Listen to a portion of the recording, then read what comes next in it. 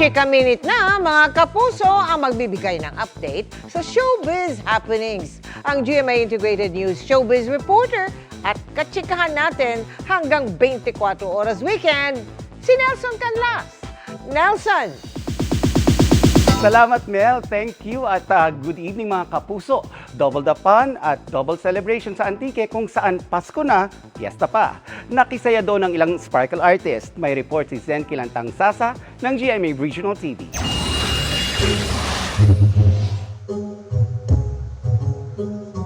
Bukod sa Pasko, isa sa mga paboritong pagdiriwang ng mga Antiqueño ay ang Binirayan Festival, taunang selebrasyon kung saan binabalikan ang kasaysayan ng pagdating ng mga dato sa isla ng Panay at ang pagpapakita ng sinaunang kultura na dapat isapuso ng bagong henerasyon. Nakisaya riyan ang Kapuso at Sparkle Stars. Napathrowback pa sila nang bisitahin ng Old Provincial Capital. After the quick tour, diretso sila sa EBJ Freedom Park. Unang lumabas si Kapuso actress Andrea Torres. Sunod na nag-perform ang mga batang Rila Stars. Nang harana si Bruce Roland.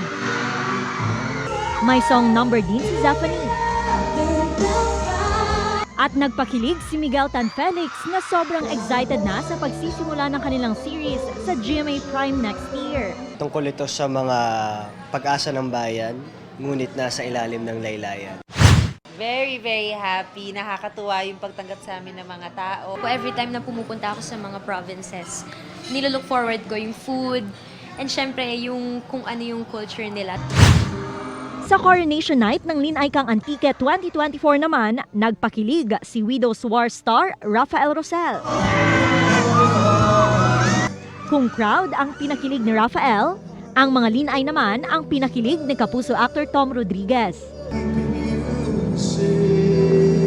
Hindi lumalamig ang pagtanggap ng mga Antiqueño. Ako, thank you so much. Patuloy ninyong pagmahal at pagsuporta. First time ko rin dito and I didn't expect na ganun pala kami itatanggapin. Mula sa GMA Regional TV at GMA Integrated News, Zen Kilantang Sasa, nakatutok 24 oras.